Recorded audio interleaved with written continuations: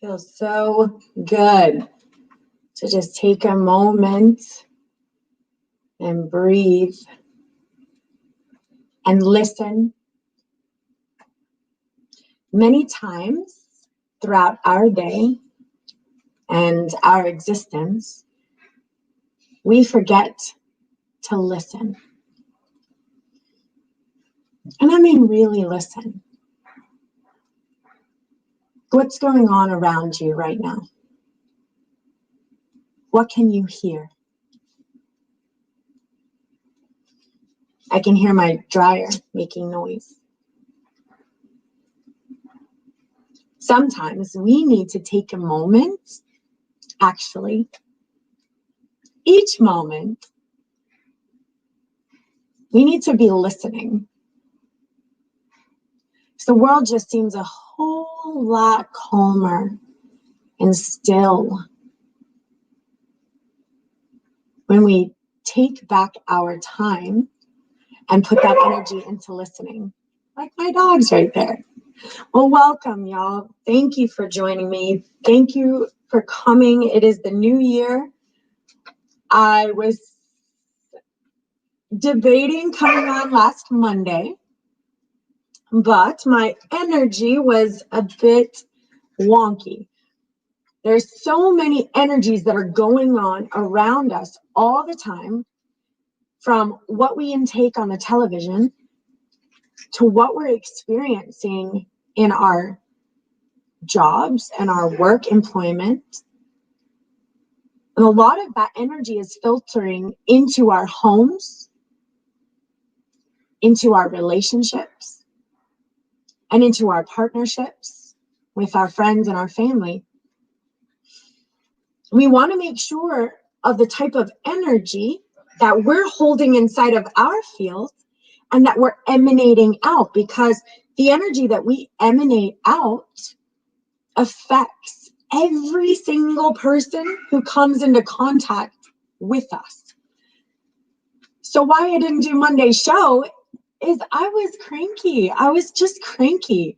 And, coming on to the show, I did not want to spread any kind of cranky energy to you. So this is a practice that it's a sadhana, which is a spiritual practice, which allows me to pay very close attention to the energy that I am emanating from the moment I wake up until the moment I go to sleep, from the people I'm interacting with. Am I sending them healthy, energetic vibes, or am I harming them by being around them? And when you're cranky and you're irritated and things are not meeting your expectations, and that kind of frustration or irritation or impatience, or really much of what we do is, I don't have time for this. I don't have time for this. Of all the things that I have going on, I don't have time for this. Time is really a large part of us experiencing peace on this earth right now. And right now, things are very confusing because everywhere around us, we are just upside down, from finances to political to neighbors. So I just would like to let you guys know, or ask, or let you know this is what I do. I spend a lot of my days in meditation. And I know we have busy lives, and you're like, Kristen, how am I going to do that? It's my highest priority is to stay in a type of meditative state so that I'm able to spread this kind of energy of kindness and peace and acceptance and love to everyone I meet. Now, exterior of my life right now, the external circumstances could not be going more topsy-turvy, from relationships going upside down to finances going upside down. My job is changing. My work is changing. Every single thing in my life right now is changing and swirling. And if I were to push my energy into that external circumstances of what am I going to do? How am I going to live? What's going to happen here? What if? What I'm doing is projecting my entire mind and brain into these imagined future scenarios. Usually I'm sure of chaos and destruction and, this person and that person and this job and the house and the car and all of that. So what happens is we shoot our energy outside of our body, and there's these energy streams, and your career takes your energy stream. It's actually a two-way flowing energy. Your relationships with your mothers and your sisters and your partners and your children. This creates a two-way energetic stream, and it flows back and forth. Now, if you're flowing your energy out and you're like, let me help, let me heal, let me be kind, let me go out of my way, let me give and give and give and give and give, which is beautiful because you're empaths and you're light workers and you're healers and you're givers. It's true. But be very conscious and aware of these relationships. And are they draining your energy? Are they draining your energetic source? I had a very wise woman tell me recently that when we interact with humans that are in our circle, whether it be at work or whether it be at home or whether it be with our partners, and these particular energies perhaps could be unstable or of a different vibration pattern that you're vibrating. So we're all vibrating. I'm vibrating, you're vibrating. We're all an energetic vibrating, bunch of lights, right? And we share this energy. So if the person that you're interacting with, again, whether it be at work or, partnerships or what, if they may not even mean to be doing this, but sucking your energy or lowering your vibrational energy, I want you to be aware of how healthy versus unhealthy you feel by interacting with them day after day after day, or moment after moment after moment. If every single time you're like, oh my God, I can't do this anymore. Like, I'm exhausted. This energy is just... Be aware of how this energy is affecting you every moment. Now, what does that mean? Excommunicate yourself leave your partners, leave your families. No, absolutely not. But what it does mean is this is going to feel like, what I'd like you to look into this perspective is this could be a type of ministry. Okay, this is what the woman said, and I thought she was great. A type of ministry type work. So before you interact with these different energies at work or at home, I need you to go ahead and pull all of your energy inside of your body. I want you to do your meditation practices. If you do not have a meditation practice, please find one. If you do not have a spiritual teacher who is giving you soul food, please find one. What is it that is going to feed your soul? And do that. And make sure you're okay. So you're going to sit back and go, okay, so I have to see so-and-so in about 5 minutes. How am I feeling right now? Is my energy okay? Have I forgiven what I need to forgive? And have I taken that step outside? Have I listened to my music? Have I lit my sage? Have I read my mantras? Have I read my book? Have I channeled something? How is my energy feeling right now?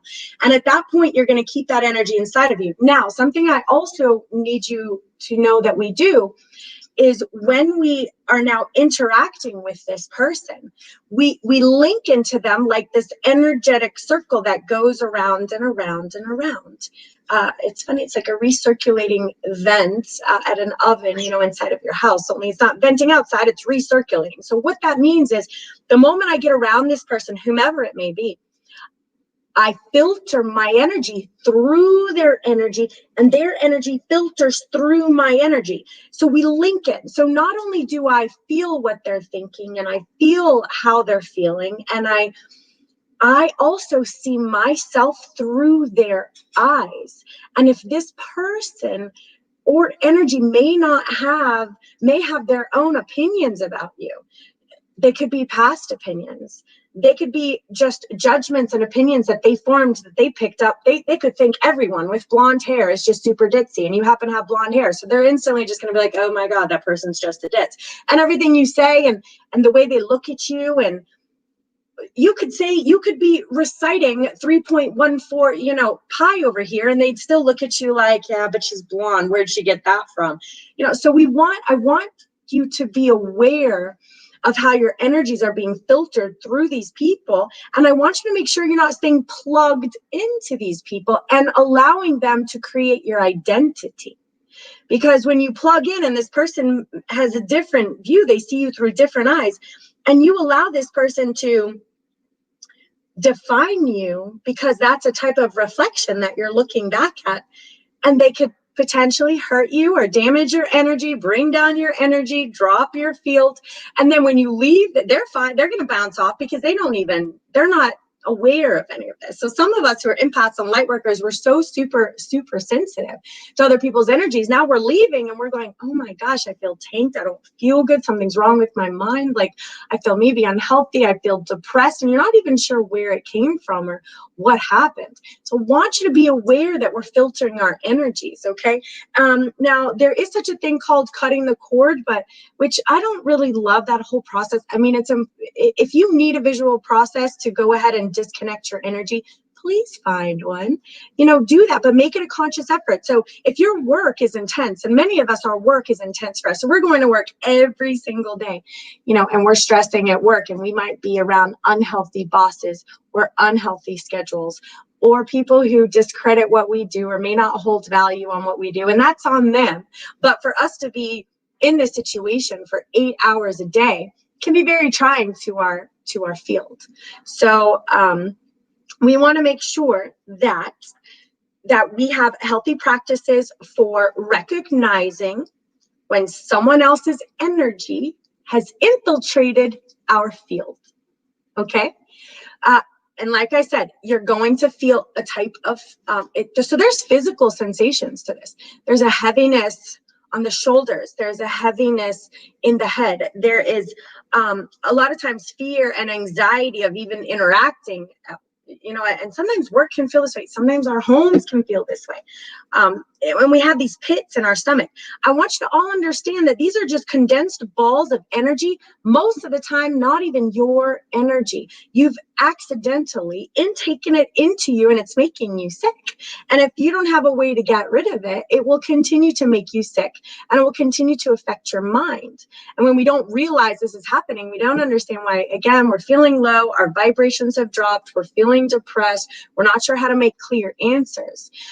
So Eckhart Tolle has a good solution for this. So what he says is the moment you recognize that you have this kind of energy swirling around, and it's heavy and it's dense and it's unhealthy, he says, shine your light on it, turn your light on it, witness it, feel it. And that's what I've done. So many times if I'm flitting around and I feel unhealthy, I'm like, wait a minute, what is that? That is not my energy. I'm not sure where it came from, but I would like it to be removed. And I actually feel it like a physical ball. And I just stare right at it. Hi. Sometimes I like wrap it in a blanket, pretend it's a baby, tell it it's okay. And it can go on because it's not my energy. And I usually feel much better after that. But if I continue to allow that to stay, I'm not feeling good the whole way home, the whole time at home. I don't want to get out of bed. I don't want to get dressed. I don't want to see people. I don't want to talk to people. That's when I call it like a low vibrational energetic shitstorm, really.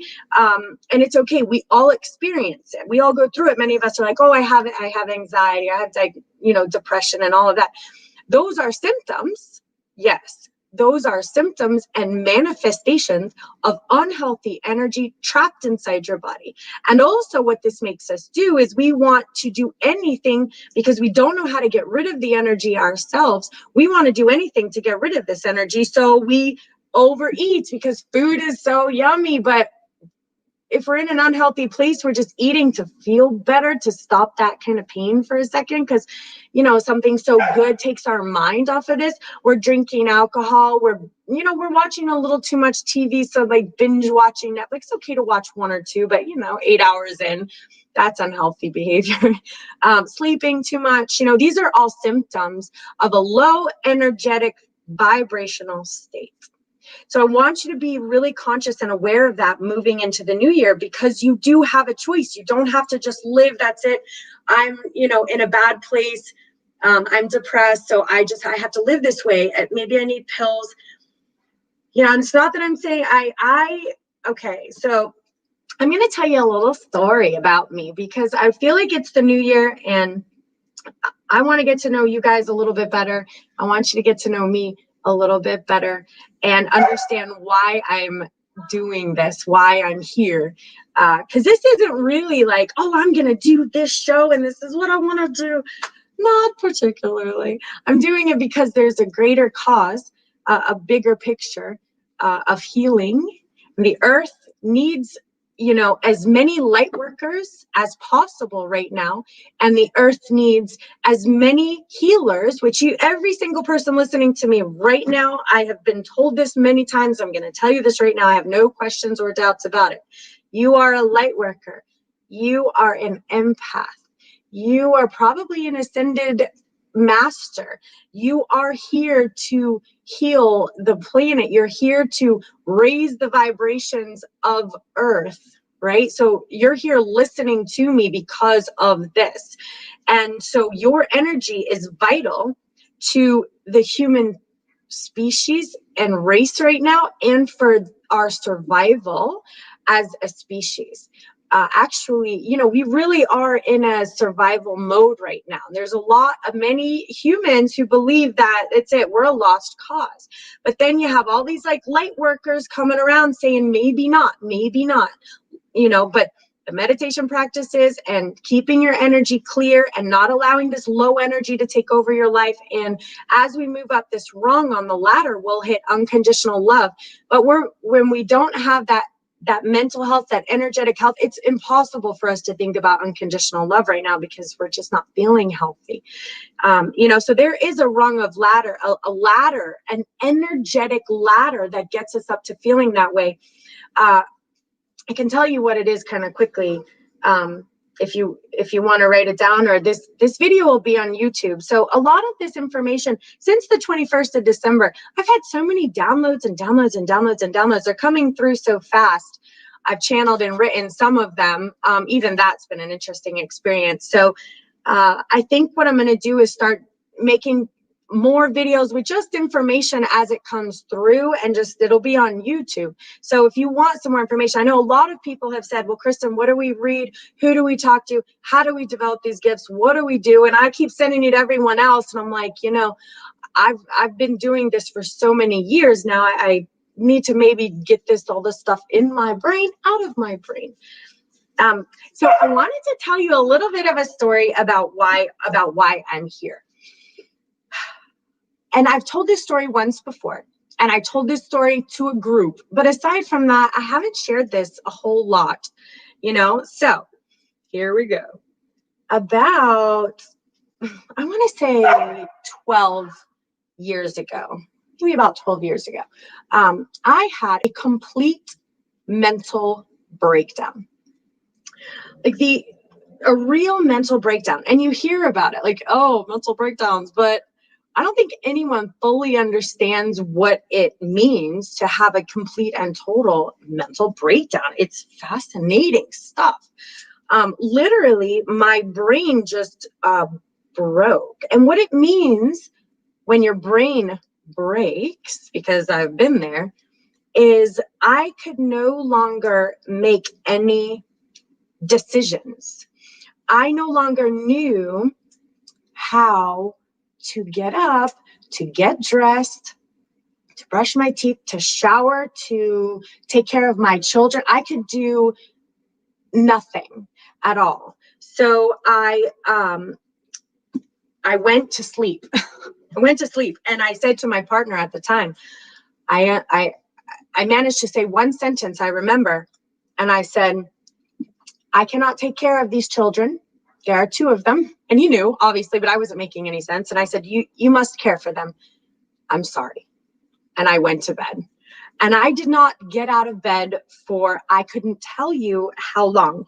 It was probably weeks, because when my mind broke, time also broke and disappeared. So, we don't realize how often we use time, bedtime, bath time, breakfast time, work time, it's dinner time, lunchtime.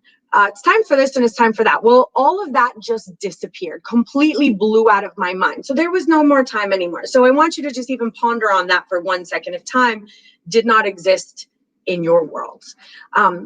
What was so interesting, is I could hear the children playing outside of the room, but I had no comprehension of how to eat, or why I would even want to take care of them, or why I would even want to see them, or how to even change a diaper, or that they were my kids and I'm a mother and I'm supposed to do none of that. It was all gone. So after some weeks of living this way, I said, well, I'm not getting any better. I said, I'm not getting better. I'm sleeping and nothing is changing. I remember people would come to the door, open the door and say, you need to eat something. What would you like to eat? And I'd say, okay, I got this. What would I like to eat? Nothing. There was no more words in my mind, no more thoughts in my mind at all. The thoughts, imagine how you completely stop thinking, 100%. So there was no more thoughts. So I couldn't eat. I didn't know to eat. I didn't even want to eat. You would look at food. I looked at it and didn't even understand what you would do with that. So like I said, after several weeks of this way, which I don't remember a whole lot of it, I said, I need to drive myself to mental hospital at this point. I'm not getting any better. So there was there's a mental hospital up the street from where I live. I wasn't going to tell my partner, and I wasn't going to tell anyone. I was just going to try to figure out how to get out of the house. I knew I needed car keys. I didn't know how I was going to drive. I don't remember getting dressed. I don't know if I got dressed. I don't know. I know that I ended up now I heard a voice. Okay. It's the first time I heard a voice. I hadn't heard anything in weeks in my mind, nothing. And I heard a voice say, call Richard. And I'm like, Richard was an old therapist of mine who was actually really good and was very knowledgeable. And so 1 step from the mental hospital, I called Richard and I said, Richard, something is wrong with me. I must be undiagnosed mental disorder. I must have bipolar, or I didn't know. I need pills. You need to give me pills. You need to give me something. I'm broken. And he said, Kristen, come to my office. Thank goodness the psychiatrist who works next door, who could have given me pills, wasn't in. So he's like, just come and talk to me.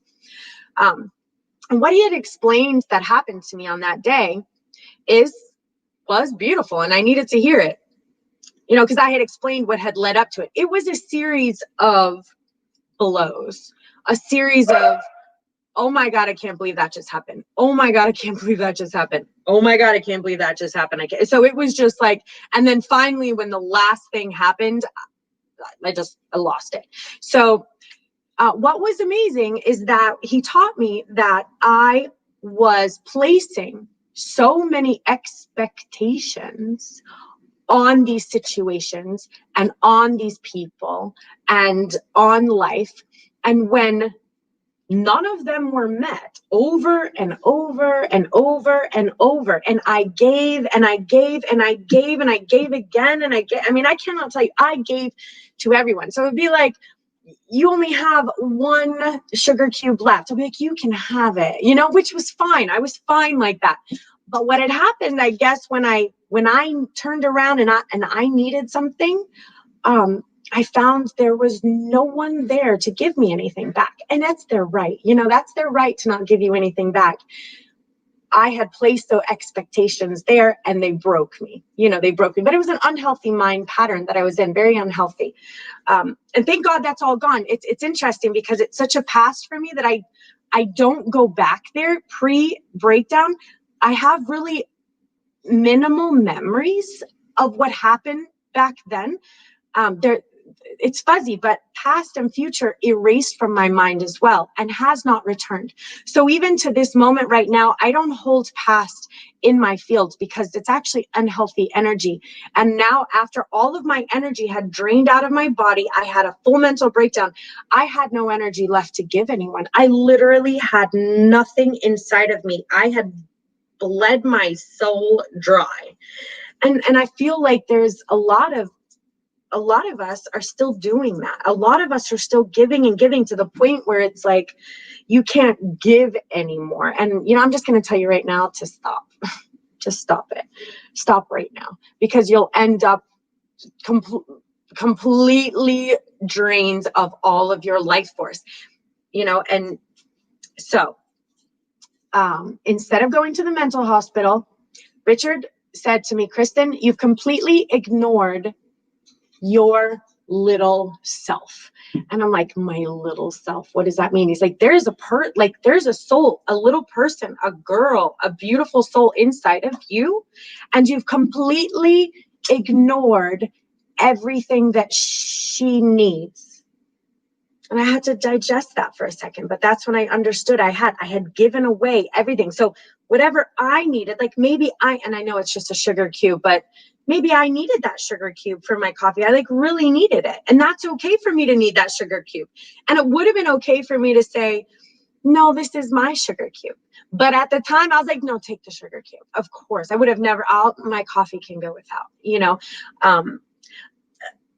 I don't recommend that. I've had to turn my energy around since then. So, from that moment at Richard's office, I heard this little voice. Okay, it's the second time I heard a voice. Second time, remember, nothing's in my head. Second time I heard a voice says, hi, hello. It said, hi. It was so cute. It was this cute little voice that said, hi. And I'm like, hi. So it was the first time I had heard something inside of my soul that I had. And I believe it was probably the very first time in my life that I had ever worked on developing a relationship with myself. And maybe many of you have relationships with yourself. And if you do, that's amazing. I did not have one. And even to this moment, I really have to monitor my relationship with myself first to make sure that I am being taken care of like I would care for anyone else. Like, how am I feeling? How is my energy? Do I need to rest? What is it that I need? Maybe I can't give my energy to that person right now because I'm just a little tired, and that's okay. And you know what? That sugar cube is staying in my house now. And that does not make me selfish. It just doesn't, but I'm allowed to keep my sugar cubes, and I'm allowed to make choices that are healthy for myself now. So that was a change. But let's go back to me not going to the mental hospital. I turned myself around because I finally heard something inside of me, and I thought, okay, I can work with this little voice. Let me work with this voice. So I went home. I still think I slept for who knows how long. Nothing was in my mind either, but I began to feel just a baby bit better. And I remember the first time that I heard a child laugh. There was this little baby laughing outside of my room. And it was so precious. It was like he giggle. I'm like, oh, what is that wonderful sound? So I remember kind of rolling myself out of bed and putting my feet on the cold tile. And that was amazing. That was like magnanimous to feel your feet on cold tile. I mean, it was just miraculous. It's still miraculous. So I managed, by blowing my mind up, to boil my existence down to stepping on cold tile and it feeling a little like peace on earth. I mean, I felt everything. And the fact that I had legs that were moving, I mean, they moved. It's just really amazing. And then the baby here, I'm hearing this baby outside this door, and still no real thoughts are happening in the head. Just, it's not there. I remember feeling my hand on the handle and it was cold. And just the fact that it could grip and that it could move, it was truly mind blowing. And there I'm walking, and there is the most precious baby on this carpeted floor, just playing. And I didn't really want to touch the baby yet. I just wanted to look at the baby. Mind you, this is my baby. Okay. And I just walked over, and I could feel the difference between the cold tile and then the softness of the carpet, and how it just softened my feet, and how it tickled the bottom of my feet. And I just sat down next to this baby who was just really, really beautiful, with this like red hair and these big brown eyes. And I remember touching, her skin for the first time. Mind you, this was my baby. And I had never felt anything like that in my entire life. The softness and just the suppleness and the color of it was so white. So this is how I lived my life every moment from that. So even just, I couldn't touch her. I could not actually comprehend, lifting the child using muscles, changing diapers, making food. None of that made any sense to me. There was a nanny, thank God. Thank God there was a nanny caring for these children while I was in the midst of my breakdown. Like I said, time was gone, or reasons to feed them didn't make sense to me anymore. So what I did learn, what happened, was all of the beliefs and the mental constructs that our mind creates of, okay, this is how a mother should behave. This is what a mother should do. And this is right, and that is wrong. And this is good if you're a mother, and that's bad if you're a mother. And you can't just sit there and stare at the baby and appreciate the baby's skin. What are you doing? Pick the baby up, get the baby some milk, change the baby's diaper, put the TV on, you need dishes and laundry. All that was gone, poof, poof, gone. Thank God it has not 100% fully returned. Thank God, because that was a crazy way to live. And I think a lot of people are still living that way. But I practice every day to make sure that that never returns. That's an everyday practice, because that's not healthy to live that way. So I began to redevelop my relationship with life one step at a time. And remember, time was gone. My cell phone was gone. I didn't speak to anyone for probably, 6 months, a year. I didn't speak to anyone. I could not have a conversation with my neighbors and the interesting thing is, when I just went silent, there wasn't a whole lot of people who even noticed. How is that possible? When you just stop talking, you should try it. You should just try to stop talking sometimes and see how many people they didn't even notice. And what made me realize that it's a lovely place to be silent. So that's another thing. I'm silent many, many, many times. I prefer to be silent. I do not even love talking that much anymore. Anyway. So developing that relationship, that's when I began hearing the voice, that little voice, that one voice, and the two voices. Now there's an actual voice talking to me, telling me things. And I'm like, that's it. I am completely insane. Now I am living with a voice that's telling me messages, and I don't care. And it's okay, because I don't know what's right or wrong anymore. I don't have you can't be. I thought maybe I should be going to mental hospital, but that seemed like a long drive from my house. So this voice in me began this beautiful relationship, and it would show me just the sun. It would show me the sun and the sun's rays and the warmth on my skin from the sun. It's a gift. It's a true gift. Every time that wind like caresses your face and blows, that is a gift too. It feels amazing. Even just walking, even just listening, being able to really listen to the way the leaves rustle in the trees, and the way the bird, like a bird's wings, because you can hear the wings when you're outside and you're just listening. and you can see the bugs everywhere. It's still amazing to me. Our existence is amazing to me, but it's because I had to lose all the nonsense that was in my mind. And I hope you don't have to have a mental breakdown to get here. So that's why I'm here. It's like, hey, there's another way of living. Now, prior to this mental breakdown, probably my whole life, I had been diagnosed with this, diagnosed with that, definitely in and out of depression.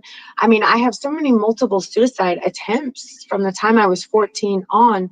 I couldn't even count them all, the scars and the hospital visits. And I took so many depression pills and so many therapists, and I tried everything to feel better. And I could not stand to live in my own skin for most of my life. In fact, I remember telling God, when I was younger, I said, I'm not staying here. You can't keep me here. There's nothing you can do.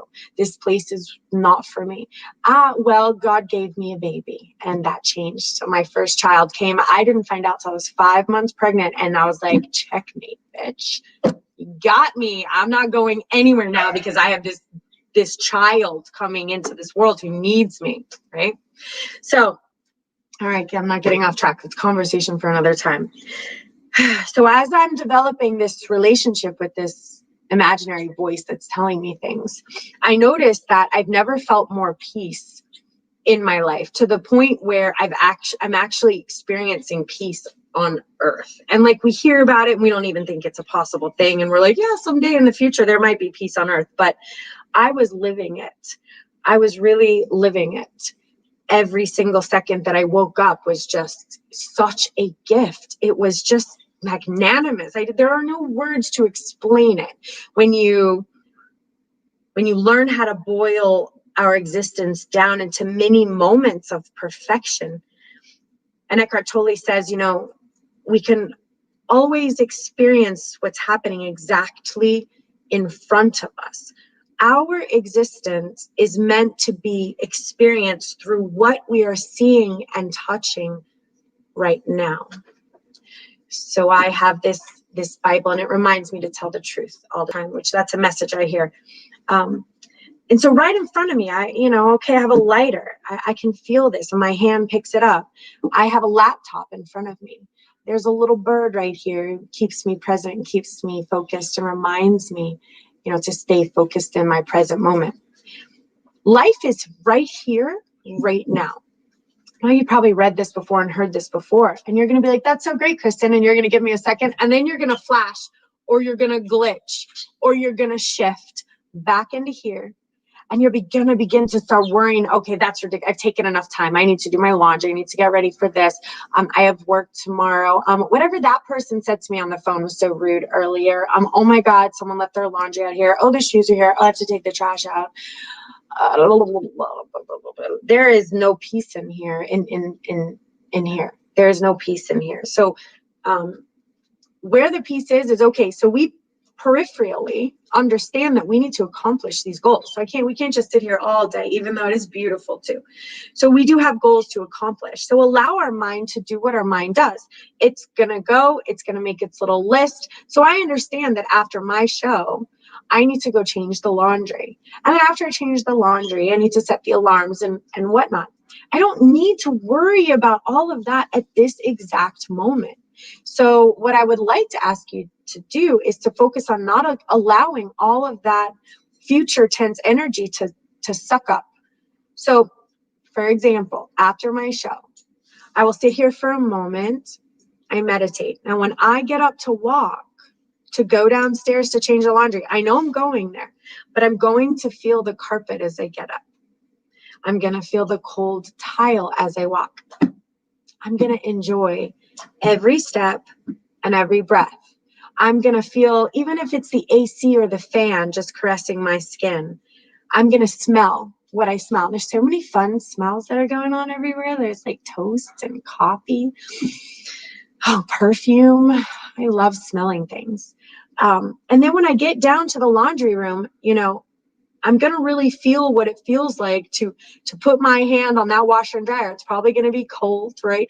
I'm going to listen to the sound as it clinks open. I'm going to feel my hands getting wet as the clothes go from here to the dryer. As I pour the soap, I'm smelling the soap and I'm watching it pour. It's really beautiful, beautiful, beautiful when we can boil our life down to these mini, mini moments and just really give it all to exactly what we're doing at this exact moment.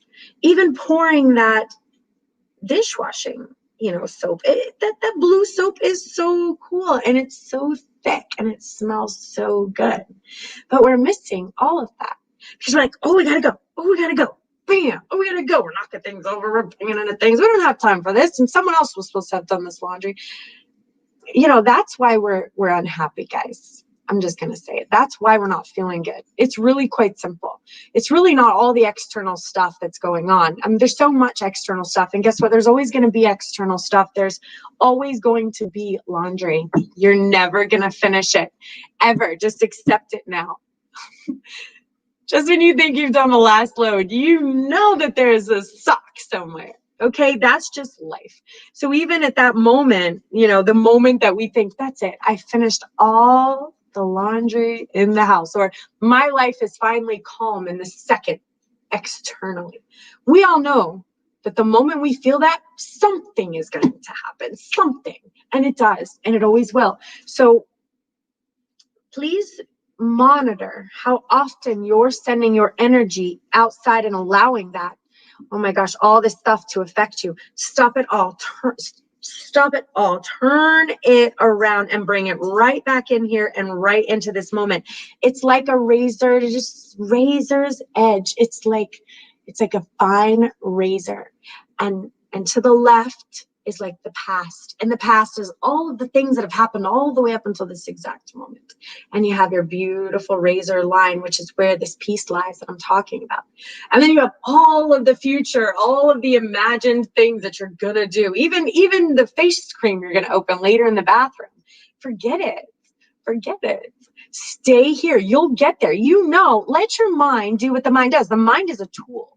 The mind is a computer. So yes, we know we need to go to the bathroom and we need to wash our face. Fine. Check. Thank you, mind. Thank you. Now I'm moving away to focus on what I'm doing right now. And then when I go over there, I'm going to feel every step. When that water turns on, I'm going to feel my hand turn on. I'm going to feel how it feels. Is it cold? Is it warm? I'm going to feel the cold. I'm going to feel the warm. I'm going to listen to the water. If I have to open my new facial cream, I'm going to feel my hands peel that plastic. I'm going to listen to the sound. I'll watch my hand put it in the garbage. I'm going to squirt it out and look at, smell it, feel the warm water. And that's it. Roll it around. Not oh my God, we need to hurry this facial cream. Oh my God, I'm getting wrinkles. Oh my God, what is this? Oh, no wonder why no one loves me. Look at how big my pores are. Forget about all that, y'all. Forget about it. I don't even bother almost looking in the mirrors anymore. For me, I don't have a real healthy relationship with mirrors. I don't even love seeing myself right now. I wish I could figure out how to see someone else on the screen so I don't have to stare at myself every time I look up. I'm like, anyway, I don't look in mirrors that much because if you look into that mirror and all of a sudden you move into the mind and you have this big judgment of what you look like and what you should look like and what the good stuff is and the bad's good, right, wrong. All that stuff, like I said, is gone in my head.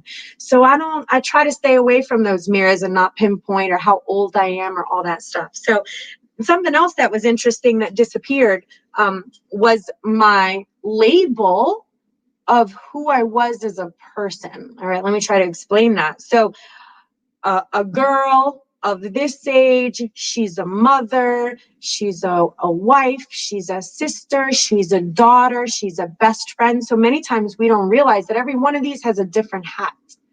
So when I'm with my best friend and I have that hat, oh my God, I'm so naughty. I'm talking about all sorts of weird things, things that I'll be honest, guys, between you and me, it's really not who I am. I get, our energy links. I have some past energy that rolls up and I just spew a whole bunch of nonsense. And then I feel like I'm glitched. And then I come back and I'm half of the things I just said aren't even entirely how I feel, but I put on my best friend hat. What's up, girls? Girls let out. I don't know. Then I'm a mom. All right, guys, you're going to have to do this and do that and do your chores and behave and be good people. All right. and I'm a mother, right? Or a daughter. I'm a daughter. And depending on the relationship you have with your mother, depends on how you behave, depends on the relationship with your partner. So now you can be totally cool with me, best friends vibe, whatever. And then your husband comes home and you're like, you're an asshole. You know what? You didn't take the trash out. You didn't call me, whatever, blah, right? Totally different people with everyone that you're with. And you're at work and then you're a totally different person. Maybe you're a jerk. Maybe you're a bad boss. Maybe you're too submissive. Maybe just take it. What kind of hats are you wearing? All those hats disappeared. They all disappeared. And I have to practice to not allow them to come back.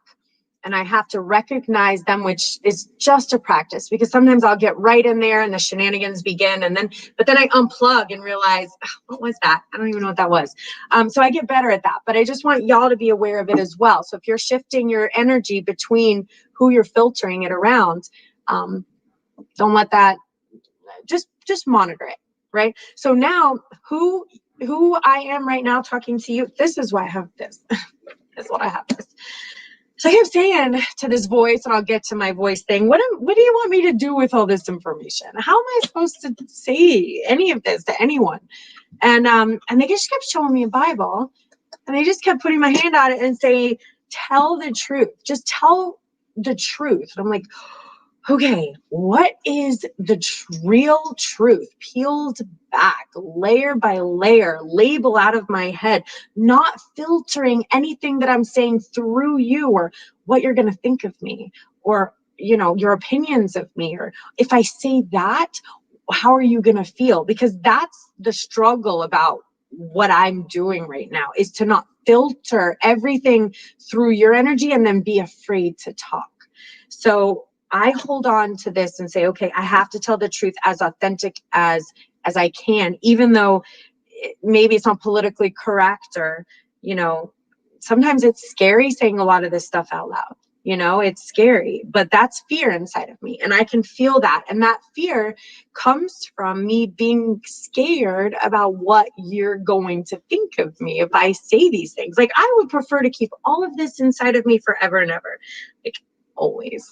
Like, I'm so happy in my own little world.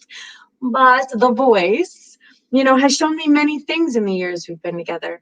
And so this is a choice that I make, because I was able to experience this peace on earth. And this is what happened. So, right, we're back 12 years ago. I was so happy and content, and I still am, but in my own little world. This is just my world, and this voice is with me all the time. It's never left. Ever since my mind exploded, it's never left. It's always been there. It was always there, and it's there for you too. It's really there for you too. Right now, you just may have some of that stuff still in your mind. So you want to be aware of that. All right. So this little voice began playing, you know, little things with me. It's just silly, I know. But I was like, okay, voice, imaginary voice. I'm out walking my dogs. Now I'm better now, right? I'm a little bit better. This has been several months now. I still don't have time, or all that stuff never came back. It never came back. But I have me in a voice. I'm slowly learning how to, you know, take care of the children again. I don't think I'm working. I'm not doing much of anything like that, but I am learning to live again, moment by moment. But remember, nothing mattered to me anymore. So just the fact that I didn't work, it didn't matter to me. The fact that if I had a phone or a car, honestly, at that point, it just didn't matter to me. So it was beautiful. That was a beautiful way to live. So I said to this voice, okay, voice, I need a plastic bag. I'm walking my dog outside. The dog has gone to the bathroom in the neighbor's yard, and I don't have a plastic bag. And I'm like, imaginary voice who speaks to me, I need a bag. And I am not kidding you, a bag rolled. I'm not kidding you guys. I swear to God. Rolls and it hits my leg, like the wind brought a bag and it hit my leg. And I'm like, okay. Damn. Like, you know, that's a lot. Like, when things like that happen to you, what are you supposed to do? You're like, okay, I asked for a bag, I spoke to the voice is speaking back to me, which is fine, because this was my mental breakdown. So cool, I have a voice, it's good, but like, now the voice is bringing me things and showing me that maybe there's more to this voice. And, it took me a while to want to say it. I'm like, what is this? I don't know. I never really thought to question who it was or what it was. And I still don't fully know. I'm just going to throw that out there right now. We call it source, prime source energy, Jesus, God. But there's a lot of people who think it could just be aliens, y'all. And it might be, guys. I don't really 100% know. I know that this voice, this consciousness that speaks to me, does like to refer to itself as the I am. And they like to stay silent after that. So to find words are I am consciousness. I am that which is. I am that I am. Right? And that's what I have here, and I am never alone thanks to this, listen, it feels, guys, like how the bag rolled up. It feels like it's all around me all the time. Like it literally is in the trees. It's in the bugs. It's in the birds. It's in the people. It's in sound. It's in wind. It's the ocean. Like it's, and when I've tuned into this voice, this presence, this I am consciousness, I can feel it in everything. And that's where this is in this razor's edge. It's the razor's edge, because one click to the left, I'm in a weird place. One click to the right, I'm in a weird place. So I'm practicing to walk on the razor's edge. I'm like, who is this Cirque du Soleil people, right? For spirituality. That's what I'm doing. So I'm trying to figure out how to stay right here so that I can help you to get there, right? Because inside of this razor's edge, when you're walking there, everything that you ever wanted in life is there. Every existence that you could imagine, like peace and love. I mean, fullness, wholeness, completeness, unconditional love, peace on earth, understanding of creation, how you're a creator, that you're a master creator, that you can literally create your entire destiny, the whole law of attraction, all that lives in this little razor's edge, right? And it's actually a dimension. So this is all years later that I've learned this stuff, but I know we're kind of back at the beginning. I actually think again, the voice tells me what I'm going to be talking about. So half the time I'm not entirely sure what's going to come out of my mouth. Every time I try to plan for something, the voice is like, why do you do that? Because I'm the one who's kind of directing us here. So I just allow that to happen. But I do feel I'll be talking about this more, especially because we're still kind of in the beginning stages. And I want you guys to really understand. Okay, so I'll wrap up my story for today and then maybe take on a couple of people.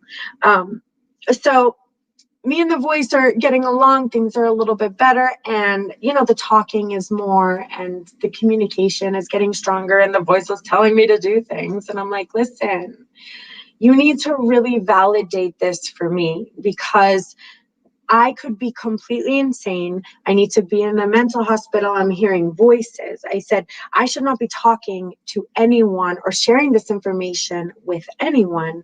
I said, you need to validate this for me. I said, and I said in the most impossible way. I said, I want you to have someone come and tell me out of the blue, you're going to, write this stuff down. You're going to speak about this stuff. Yes, you're being communicated with, that which is, yes, that's real. And beyond a shadow of a doubt, I want this to be validated. Now, I think I'm kind of like off the hook, right? Because, so they got a bag up there, but there's no way that's going to happen. So I actually get to calm down for a little bit, like checkmate. We're back at checkmate. Your move. Okay, so, one last part of this clause. One last part. I made a deal with the voice, okay? Before I said this, I said, if you prove this to me, beyond a shadow of a doubt, if you figure out some way to do this, to validate this in those exact ways, I said, I will never doubt your voice again.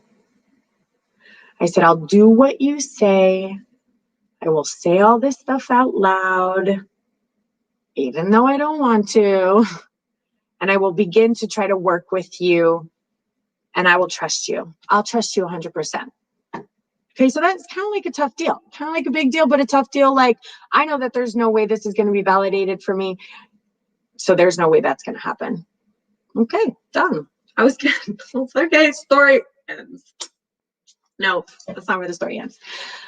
So I get a phone call like a week later. Obviously, that was just I'm not even thinking anything about it. I get a phone call a week later, a week, 10 days later, from a woman who says to me, hi, guess what? You signed up for a psychic workshop. It's like 5 minutes from your house, and we were completely booked, but we had one slot open up. Okay, let me just tell you something, right? I'm kind of in the midst of a mental breakdown. I didn't sign up for any psychic workshop. I'm like, okay, all right, what is this? Is this it? Is this what you're gonna do? I'm like, well, what? I can't say no. So I'm like, okay, sure, I'll be there. I'm coming. You know, that was weird. I don't remember. I know I didn't sign up for it. So I go. And we're in a circle. There's a circle of, I want to say about 20 people, and a very brand new, adorable, brand new psychic in the center of the circle. And she was so cute. She was so nervous and so uncomfortable. And I'm sitting at the back, you know, the very back of the circle. And I'm enjoying, you know, I'm enjoying life right now. Remember, I don't care about anything in the world. Everything is just flawlessly, perfectly aligned. It just still is, actually. So as she begins to read the people in the semicircle, she gets to the first one and she's like, you want a trip to Vegas. You're going to go to Vegas, and you're going to go travel the town down the strip, and you have some work going on over there. And the woman's like, no. She's like, no. I have absolutely zero intention of ever getting on a plane. I'm petrified. I'm not going to Vegas. I'm actually into gardening. I like to garden. I'm recently retired, so I'm not working. And so the psychic's like, oh, okay, all right, well, yeah, moving on. And she says to the next lady, and you have 3 sisters, and these sisters are, and the girl's like, no, actually, nope, I'm an only child. I'm so sorry, I'm an only child. So it gets more and more awkward, kind of and I'm thinking in my head, oh, this is gonna be so good. I'm like, there's no way you're pulling this off. There's absolutely no way you're getting her to say anything. And she gets all the way to me, and I'm still like, I'm feeling like really, I don't know, pure, like proud of myself or something. Let me tell you what, she's so strange. She like stands right up and she stares at me, and she's like, you are going to be writing books. You are going to be traveling and speaking. She's like, God is speaking to you, and you came here to hear this message, and you know what I'm talking about. And she gets all wide-eyed. Everyone in the whole class is staring at me. I'm staring at her. Like, what just happened? What just came out of her mouth? And she starts, I'm not kidding you guys, she starts hopping around. I did it. See, look, I don't know, I can do it. I did it. Did you hear that message? That was a good message. I just gave you that message. And I'm like, yes, you did. And that's exactly what I came here to hear. You know, so I had to digest that for a second. Like, okay, that just happened. It was exactly what I said I wanted to hear. Like, so then I start saying I should like review my contract here. Like, what did I say I'm gonna do? Exactly. And I said I'm going to be talking about this and saying it out loud. I'm like, I'm not a writer. At the time, I was like a stay-at-home mom. I was a dance teacher, you know. Yes, I had spirituality in my life. I've been raised with spirituality, but it was like, I don't know, it wasn't like a thing, really.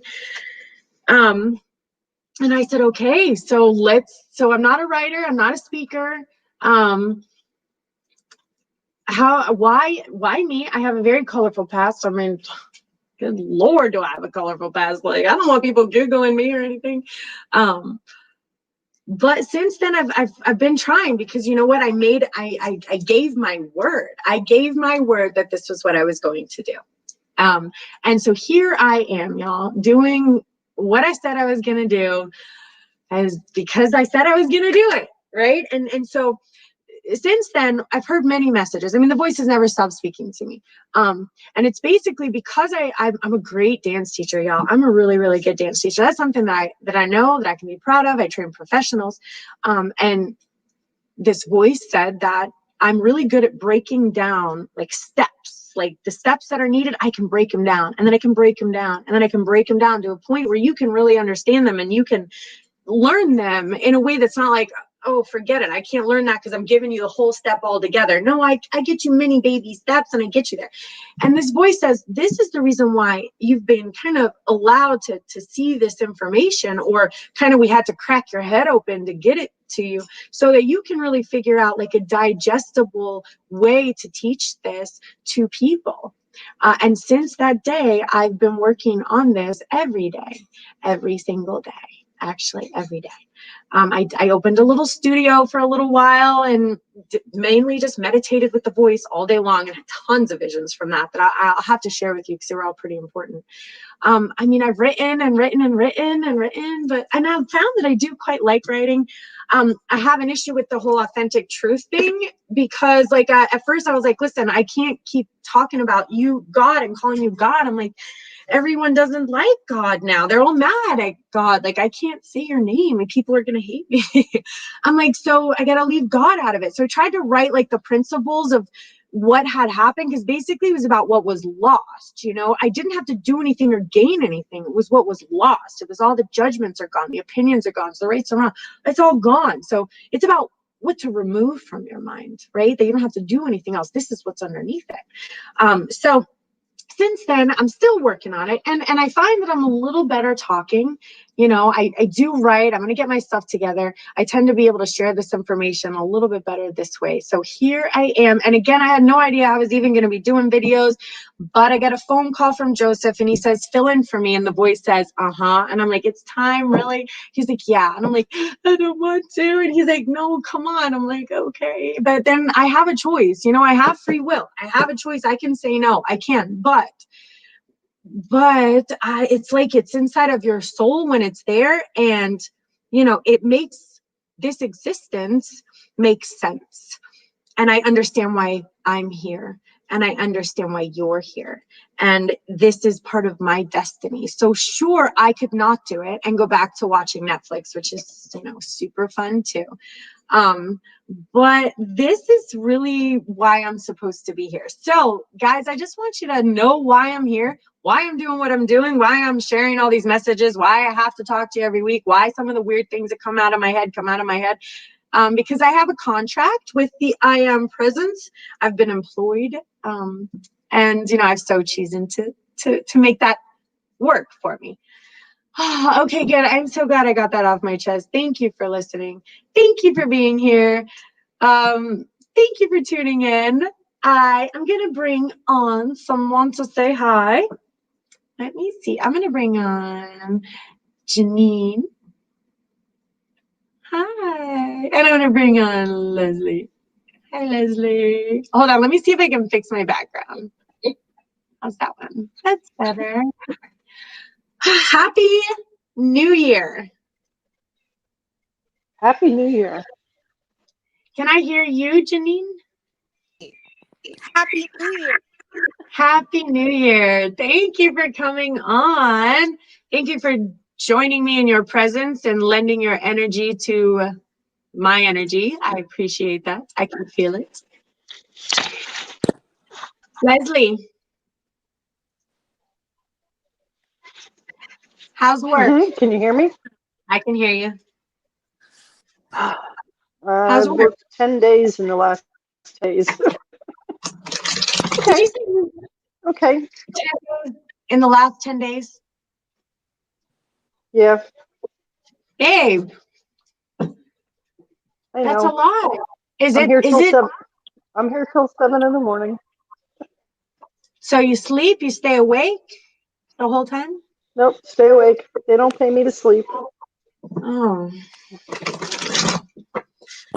You know, I know that you want to leave. I know you don't want to do it anymore. Do you? I know you have other plans, but I know you're always at work, so Yeah, it's not like I like my day shift job. Yeah. you have a day shift job too? Day shift isn't so bad. I do. Well, what about your Yeah. days off? When are your days off? Days off, I wear the grandma hat, and I have a 4-month-old grandson. Don't you So, want to spend more time with yeah, that no, grant? yeah, yeah. Thursday, Friday, Saturday, I work 10 a to 10 p. Sunday, I work 3 to 11, and then Monday and Tuesday nights, I work 7 p to 7 a. So I guess Wednesday you could call it a day off, but I work midnight to 7, so is that really a day off? All right. No, it's not. Fine. All I'm going to say, babe, is this. Well, you heard everything I said, right? I just want you to make sure that you're taking care of yourself. I really do. Mm-hmm. Yep, I get a 2-hour massage every 2 weeks. Good. And I bet you your grandson is like precious. Yeah, he's 4 months old now. Is this your learning first? to roll over, and he's learning to. Yes. Is your first? Yeah. My first one. Yep. My sister just had a baby, and I did not think I could love a child as much as that. Like my own children. I love this baby. Good Lord. I love this. I cannot get enough of this baby. Just his face and just the way he smells. You probably feel the same way. So can you hear me, Leslie? Yeah. Yeah. Okay. So I'm going to say a couple things. Actually, number one is, guess what? These cards are my personal spiritual practice cards. So I really have read these for myself for the last, I don't know how many years now at this point, several years. I have other decks too. So what I'm going to do is I'm going to go through card by card on I think on YouTube or something, because each one has a really valuable lesson. And I'm going to kind of read, it's about Osho. So it's funny because, someone else picked the name of the show, Kristen Osho. My last name is Owsley. Well, I thought that's a little silly. The reason why I love it is because Osho is one of my master teachers. So Osho is an ascended master here, and basically every card has a very, very valuable lesson to learn. So I'm going to begin going through these card by card from my interpretation to them, and then also Osho's interpretation of them. Having said that, okay. So basically, and I know you've probably heard this before, but you have so much inside of you to give. You have like these jewels and these nuggets of wisdom, and you are hands down healer, light worker, empath. You're this pretty amazing woman, right? What I am showing though is that a lot of this is being kept inside of your energetic field because you don't have many ways to release it. You don't have outlets for this energy. So I want you to be aware of that. So you have this beautiful, balled up, flowering, magical, like it's all there, and yet it's just inside of you. So I want you, I know you're busy, but there has to be like a group or a meetup group or a spiritual group or a way that you can share some of these gifts with other beautiful people who have similar gifts to share. You know what I mean? I don't know if it's friends, Yes. a way to connect in this way, because that will really, really help to rebalance your energy, because to get this flowing two ways, right now it's no flow here.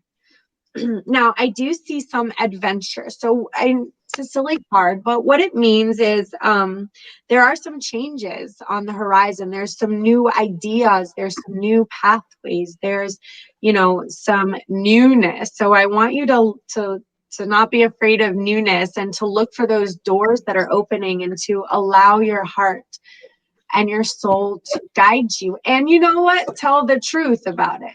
Tell the truth about it. So, you're not like a mechanical, like you're not on autopilot. Like, tell the truth about how you're feeling inside, about things that you need for you, adjustments that you need to make, and then tell the truth about how you're really feeling. And then don't be afraid to just honor that. Honor that. Okay, now I do see an energy that's around you that is also a little unhealthy. It's an energy that may not have 100% your highest good and intention for you. So this energy is going to be a lower vibrational energetic field. It's and you'll kind of know, you probably know what I'm talking about. It's probably the first thing that popped into your head. You may or may not want to like accept that or face it or deal with it. I get it. Or it's just, it is in my life and I'm aware of it, but be aware of it, that it is in your life. And, just be aware of how that energy is affecting you every day. That's all. Okay. Now, we are the world. So we are the world. Again, this follows into line with, when you get that energy flowing again. We are the world means that you have the ability to, and I know I've said this to you before, but you're pulling the same cards, elevate the world, lift the planet. Like the vibrations are there. You're a light worker. You're a healer. We need to get your energy flowing again. We need to get you into a really beautiful environment where you can flower, because you're flowering. You're ready to flower. You're ready to walk into your destiny and live that life that is inside of you.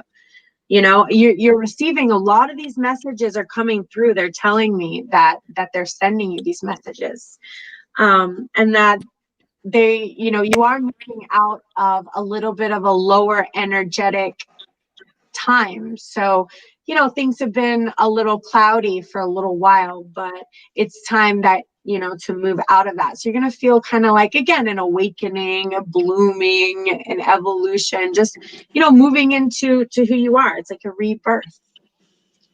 Okay. Okay. Thank you for coming on. I'm going to leave you on for a second. Yeah. Okay. Thank you, Kristen. Thanks for being here, Leslie. It was so nice, guys. Oh my God, it was so nice, because holidays are hard for me. Holidays are a little hard. And I don't know if I don't have like a big family or a close family. I don't have a family that like does a whole lot of stuff.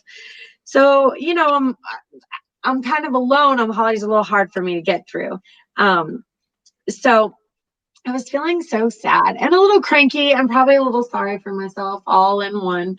And I was really not in any mood to see anyone, because the energy I would have been sharing would have been quite unhealthy. And I think it would have been quite rude for me to share such energy. So I stayed away from everyone until I felt better. I actually canceled a reading. I didn't do the show on the 4th. I was praying that Joseph could rebalance my energy on the show on Wednesday and it did. It did. I plugged right into him. I plugged right into everyone. And my energy just kind of like just dissolved. And I am so thankful for everyone loaning me that beautiful energy on that night. And what was even more beautiful is I was thinking again, because I go through these times where I'm like, this is a lot. Like, do I really have to do this? I'm not even sure I want to. And I was really feeling that way. I'm like, I don't know if I want to, keep doing this. And on Wednesday, every single person who came on the show said, thank you for doing this. Thanks for coming on. Thanks for sharing what you do. Every single person. And they said, we missed you. And I was just so that was just what I needed to hear at that exact moment. The voice did that, because the voice knew I was like, this isn't for me. And then voice was like, this is helping people. It's helping people. And that's all. There's nothing else better in life than being able to help people, Okay. Janine. Hi. Hi. All right. Welcome. Have we met before? No. I met Joseph a long time ago. He went to high school with a friend of mine. Somehow we ended up in a reading a long time ago. And people came through for everyone at the meeting, but not for my daughter and me. Anyway, so we ended up on Facebook for years. scrolling through and I saw this and I'm like, oh, let me check it out. And here I am. So come on Wednesday show.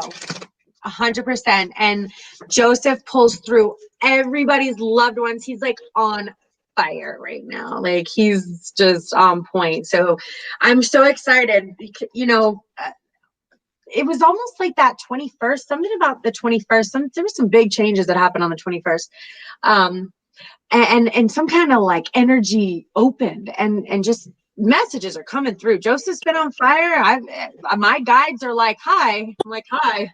It's been a lot, you know, so come on Wednesday. And what time? I will. What time on Wednesday? 8 p.m. Okay, I'll be here. I will get you in 100%. She's like, that's my +1 tonight, Joseph. Oh, thank you so much. I'm so excited.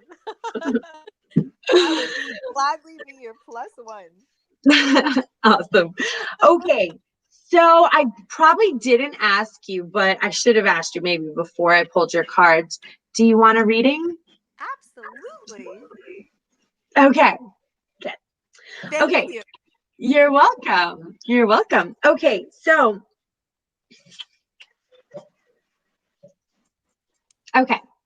sometimes in our energetic environment, when it's not entirely clear of certain energies, we can feel kind of isolated. So, and what I pulled this card for myself, because remember, I hadn't spoken to anyone for a few weeks. So, but basically when we're feeling kind of isolated, again, we don't feel like we have kind of like that connection that we're able to reach out to the kind of the light, and our spiritual health might be a little lacking in that area due to kind of our environment.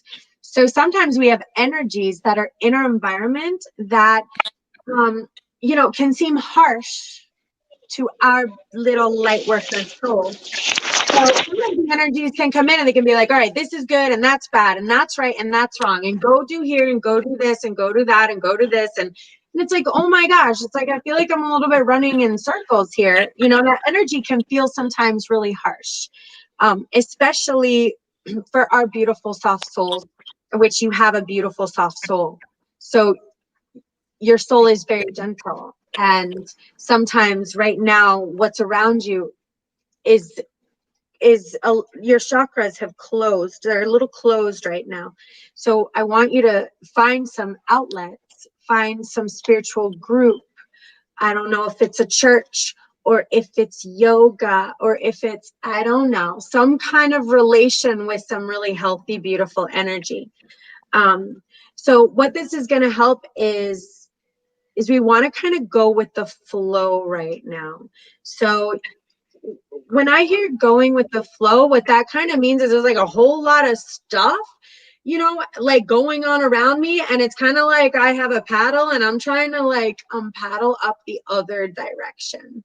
And it's like I'm going and I'm paddling and like I just keep getting kind of drifted back and drifted back. So I want you to kind of understand that a lot of what's happening around you is completely out of your control.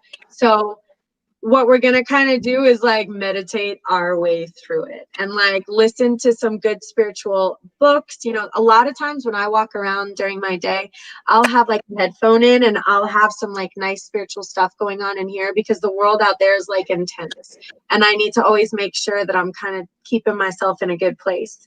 Another thing that we want to make sure that we're aware of is that like understanding that a yellow rose and a red rose is just as beautiful as a white rose, which is actually just as beautiful as a sunflower and as a lily and as a daisy. And a lot of times you don't see like the lily looking at the daisy going, gosh, I kind of wish that I had like white petals like that, but I don't. And it's like, oh, well, look at the lily with your, you know, thing. So we just want to make sure that there's no comparison between, because it's silly, right? A lily and a daisy are freaking gorgeous.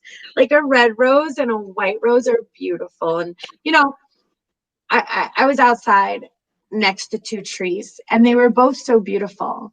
And the one tree had smaller leaves hanging down, like dangling. And the other tree had like these, you know, big, you know, solid, thick leaves up there. And I thought, they never look at each other and think, well, I wish that my leaves were wispy. And this one never looks at that tree and says, well, I wish that I had larger leaves like that tree. Like when we hear it that way, it's silly, but yet I know I constantly am like in that comparison zone, you know? So we do that a lot as women. Okay, so what I'm also showing is that you're receiving a lot of messages from your guides. You're receiving a whole lot of messages from your higher power. They would like you to kind of be open up and receive kind of some of these messages that are coming through, because they would like to develop a relationship with you. Give me one second. Hey, Sophie, can you please walk Foxy? He's letting you know he has to go outside. Thank you. My dog's like, he has to go outside. Okay. Last thing. Lets you know. I know, right?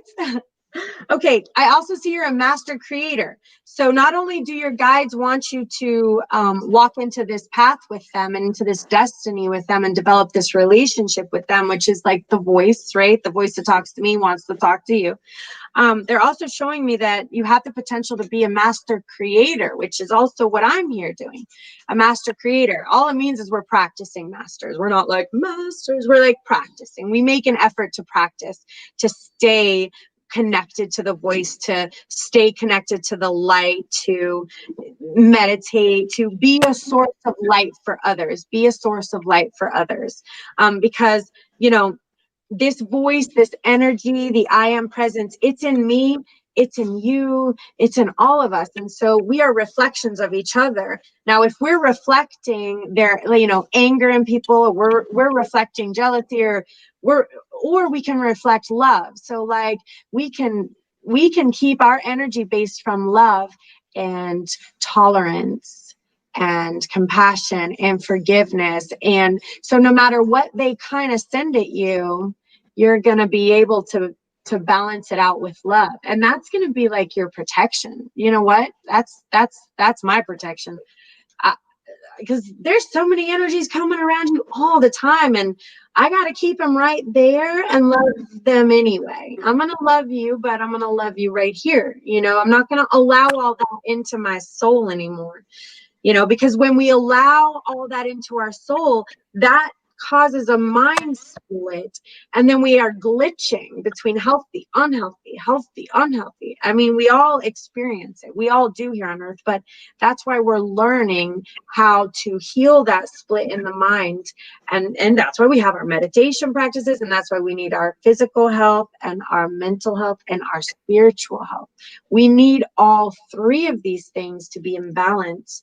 And then we begin to feel very healthy. And we begin to feel like we're like really healthy people living our destiny, being the like badass human we came here to be, you know? Absolutely. Yeah, absolutely. All right. Well, thank you both for coming on. I love you guys. Thank you. Thank you for being Thank you, here. Kristen. Thank you, Leslie. All right. I'm gonna New Year.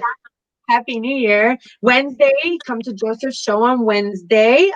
Also check out Spirituality Gone Wild. Spirituality Gone Wild hosts us, and they have a phenomenal website with there's some really amazing light workers and empaths and healers, and they have like Serenity Sam and Scott Stanfield and Steve Weber. These are just some really great light workers and spiritual food for you to kind of listen to and get to know people, because right now we need spiritual food, all of us. You know, this is like everybody needs to make this a priority in their life so that we're all feeling kind of healthy right now, because there's just a whole lot of unhealthy stuff going on. All right. Sounds great. And then I think I'm going to be talking, I don't know, we'll see what source, what they want to talk about next week. I don't know what it'll be. We'll see. All right. I'm going to bring on Savannah.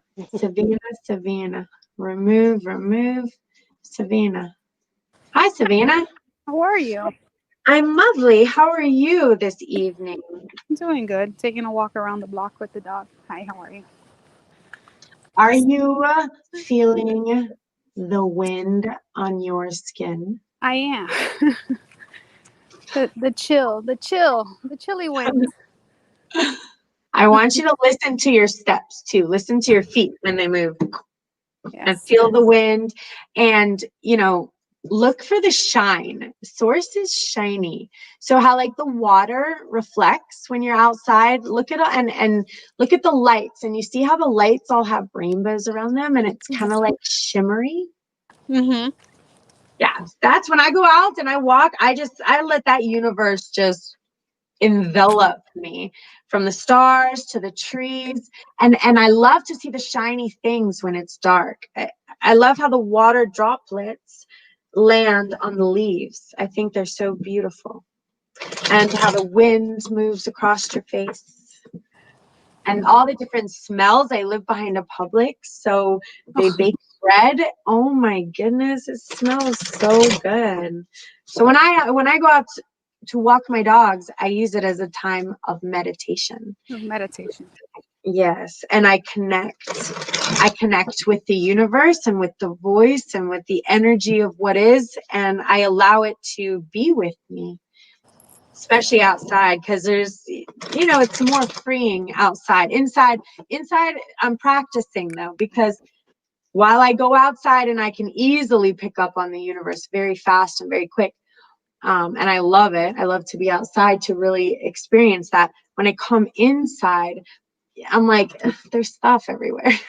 So I gotta love it inside as much as I love it outside. I'm working on that's my present sadhana, my present practice is to love the inside as much as the outside, and understand that it's okay. It's okay. There's a little bit of mess, but you know, For sure. we're not perfect. We're not perfect. And I'm gonna love my mess, because the only way I'm gonna clean up my mess is to love it. I have to like love where I'm at right now, because if I love where I'm at right now, then even cleaning up the mess is beautiful, right? Does that make Of sense? course. Yes.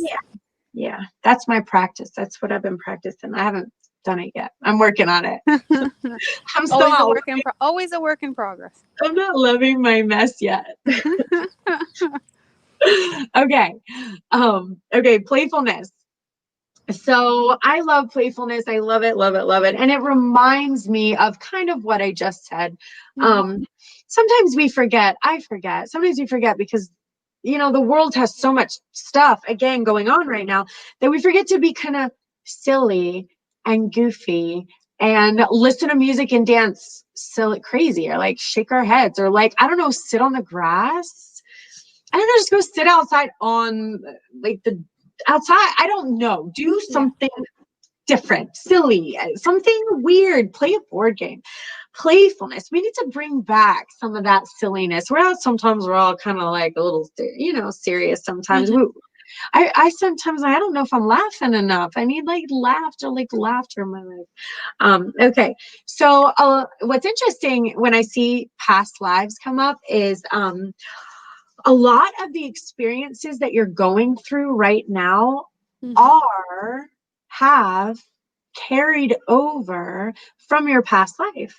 So what that means is, girl, you've been dealing with this stuff for a long time, and and you can be done with this if you want to. Like, you have a choice in this lifetime to put an end to all of the, you know, the stuff that's no longer serving your energetic vibration pattern here, right? Got it. I don't know where that came from. I couldn't even repeat it. That which is no longer serving you right now, you know, you don't need it in your life. So we get to like let that go, because guess what? If you let it go here in this life, you don't have to do it all over again in your next life, right? I don't want to do a lot of this stuff all over again.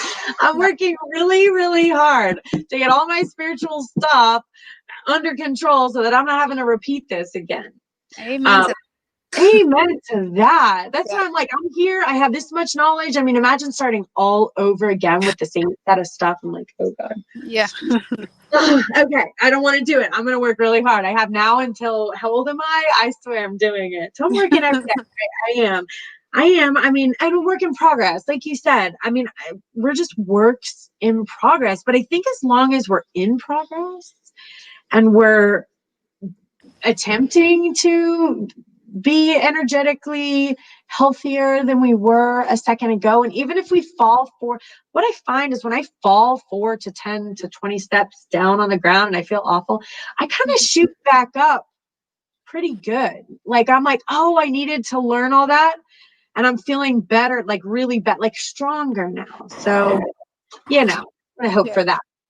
I see that you also have like a new vision coming on the horizon. So when I see new vision, that makes me, when I pull this card, I pull it because I have some really great like ideas that I could do, and like thoughts that I could do, and like lives that I could live if I only kind of had enough courage to just take the plunge and allow that vision to implant itself, you know. And I'm working on this right now because I have like a new vision, but my old vision is quite stable. Yeah.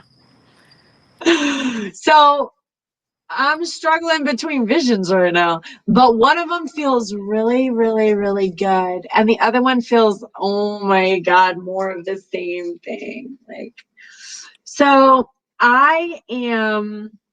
that's my present practice. I'm just going to tell you, I don't have a solution for you at this exact moment, but I am allowing my new vision to take precedence over the old stuff. And I'm feeling better already, though it's quite scary. But it feels so good and it feels so healthy. And it feels like, why don't I give myself a real shot at doing something that I really love in my life? Like, why don't I just give myself a chance? Like, I always fall back on the safe. I always fall back on the stable, you know? Mm-hmm. That's where I'm at. All right. So I see a couple of little things that I want to mention, and I'm going to mention them kind of quick. I see a little bit of fighting going on. So what that just means is, you know, it can be some strife in your life. Some, you know, just probably a difficult force. And I just want to let you know that it pulled in your cards. And when it pulls in my cards, it just reminds me of the certain energies that are around me right now. These energies are going to be around us, whether they're at home or whether they're at work. So we just have to be aware of that influence in your energetic field and make sure that you're taking care of yourself when you're engaged with certain energies like this. Like I said, we can't just avoid them all. We don't live in utopia yet. Yeah. You know, we replace this one, we're going to have 4 others to deal with. So we have to learn how to deal with them in here, because it's always going to be out there, right? So that's always going to be there. It's just there. It's going to be there. So I've learned that I have to protect, again, I have to protect myself. And that was something I didn't do for many years. So I just pulled this card too. And I was getting into arguments with all sorts of people. I mean, not that I wanted to get into arguments. And don't get me wrong, I don't get into arguments anymore. I've released that back when my mind exploded. But I have situations that were not feeling healthy. And this is how I just explain terms now. They were not feeling healthy for me inside of here, but they were unmet expectations on my part. I placed expectations on certain people and certain situations, and they were not met. And that made me feel hurt and upset inside. But it was also my shift in perspective. So, you know, the 4 agreement says don't take things personally. It wasn't like all those people were like, we're out to get you. That never happened. It was just, we had difference of opinions and different energy. You know, they didn't want to hurt me. It was just, they are taking care of them. And you know what? That's okay. I wasn't really taking care of me, which allowed this kind of to happen. So I adjusted and I accepted. So this was, I accept that the situation happened, because the truth is this situation happened. So I can't go back and undo it or fix it or change it in any way. The words were spoken, the choices were made, the situation happened. I said certain things, they said certain things. I have to accept that this happened, right? So then what I do is I like then I practice forgiveness. These are just my little practices. I probably say, okay, I have to forgive the role that I played in putting myself in this situation. I have to forgive, the situation itself. And then I'm going to work on forgiving that person, and I try to clear. Then I think about the things kind of I'm grateful for, like, okay, the person's alive and I'm alive. We're actually healthy. So there's things to be grateful for. I try to let the past go, because remember, like, sometimes we don't realize that our energies, again, are around all sorts of other energies. So if this person happened to be around other negative, lower vibrational energetic sources, and then they came into your energetic field, they're going to bring that negative low energy into your field. So that happens a lot too. So a lot of times when I see a cranky person, I'm just like, look at them like, okay, wait, they're in a lower energetic field, and try not to interact. But if you are interacting, understand what you're interacting with, so you don't let that low energy get into your soul, and So how bring do you keep that from happening? Like how can I protect myself, I guess, in that sense? Yeah. So the first thing is you have to recognize what it feels like inside of your energy. So it's going to feel, you're going to feel heavy. It's going to feel dense. Your chest is heavy. Your head can be heavy. You can feel a little nauseous in your stomach. So when you're around that energy, and you'll instantly begin to feel those feelings inside of your soul. That's your body's warning system going off, letting you know, hey, you're intaking this energy. Now, to be honest, this person could be right in front of you talking to you, but inside of your soul, you're not intaking what they're saying. You have to remain silent. You have to remain still. And as that energy is around you, and if you can feel any of that heaviness, you're going to kind of hold on to it. What you also want to do is remember, the world is in these mini moments, and your perception can shift. So you don't need to engage and plug into this particular energetic source. There's energetic sources all around you, such as the ground, such as the wind, such as what you hear, such as what you feel, such as what you smell. So while you're in front of this energy, and it may be attempting to infiltrate, your energy is not focused on it. Does that make sense? Like, don't plug into it. And if it does get into your soul, it's okay. It happens all the time. We just have to clean it out. And that energy, again, it's going to feel heavy and dense. If that heavy and dense energy stays in your field, it links into your mind. And when it links into your mind says like bad things, like horrible things, like things to hurt you sometimes, because it's plugged into that lower energetic field. That's a manifestation of that lower energy. So what I like to do is I turn my light on it.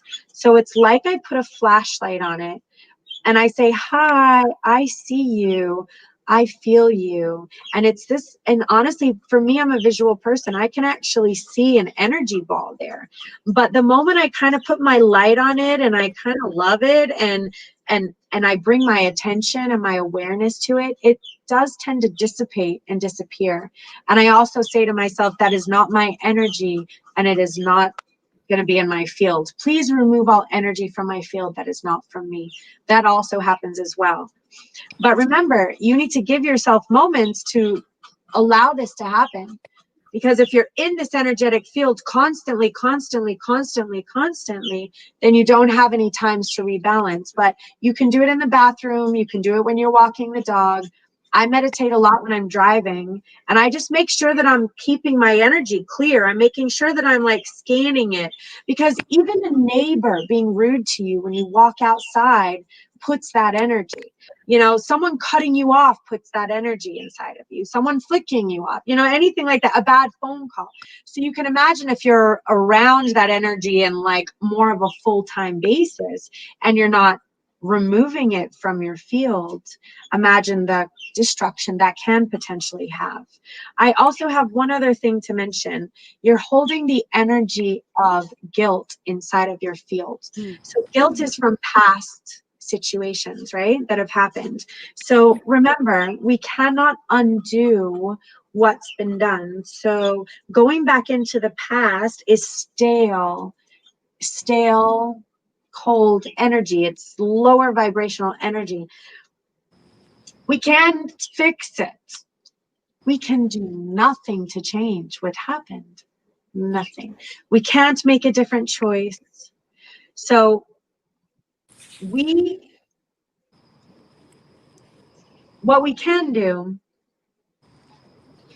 is forgive ourselves, accept that the situation happened, and remember, that was a different energetic vibrational pattern that created that circumstance and that environment in the past.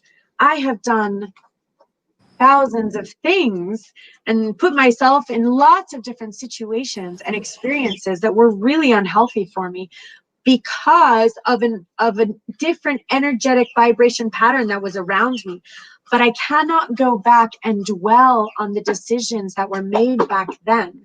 What I can do is remove the past from my energetic field. So I have to make peace with my past. I have to remove that past. I have to forgive myself for the choices and decisions that were made under that energetic pattern. And then I have to make an effort. My amends for myself is that I move my energy into what I'm doing right now. And I'm going to stay connected to my energetic source and keeping my energy clear. And again, doing my meditations and keeping myself in a healthy place. That's how I make amends for certain choices and decisions that were made in my past. But if I were to go back and dwell there, if I were to go back and relive that and go through it and try to fix it, that would really damage my soul. That would really damage all of our souls, you know? So we must let that go. We must.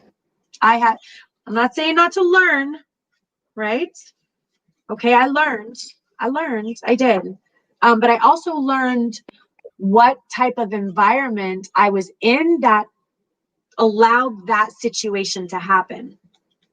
I put myself in a certain environment that brought my energy so low that then allowed a circumstance such as that to unfold. There's no reason to feel guilty about that. There's just, okay, I can't allow myself to get my energy that low anymore because things happen, things manifest as per your vibration pattern. So when you're low, that's when all sorts of bad things. I mean, I don't even use the word bad, but bad lives down there. Bad lives in that field. Lots of bad things are down there. You know, we have to stay out of there. We have to keep above that. Even a toe dipped in there is dangerous because before you know it, it's a foot and then you're underwater and you can't see the light. It happens to all of us often if we're not monitoring it and making an effort, a real conscious effort to keep ourselves away from that energy and to keep healing ourselves and just grab a hold of the light. Find a church, you know, find a group of people that can, one person even, that can be a light for you and me. And, you know, Janine, we all need that. We all need that. I need that. I need it. For sure. Okay. Got Come it. in and check in, okay? Will do. Love Thank you very much. Bye, Savannah. Bye-bye. All right. Janine, let me put you on. It's that time. Thank you for coming on. Have a good night. I love you. Okay, let's see. All right, y'all.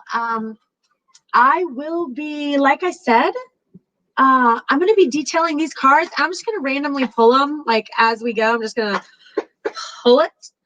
Oh, I love this card. See, I love these cards. I love her. So I can't wait to talk about her and what she means to me. I'm also going to read the actual meaning in the book. And that way, when you pull some of these cards, you'll be able to kind of go back and know my meaning for them and the actual meaning of them. So that might be kind of cool. And then allows me to kind of teach at the same time. All right, guys, I love you. Thank you so much for being here with me tonight. And if I don't see you, I'll see you Wednesday for sure. And then I'll see you Monday for sure. But I might try to pipe in. I've been asked to add some other videos in the meantime, so we'll see if I do it. All right, guys, thank you for being here. I love you so much. Have a good night. Bye. Let's see. Nope, not yet. Still here. Let me click that button.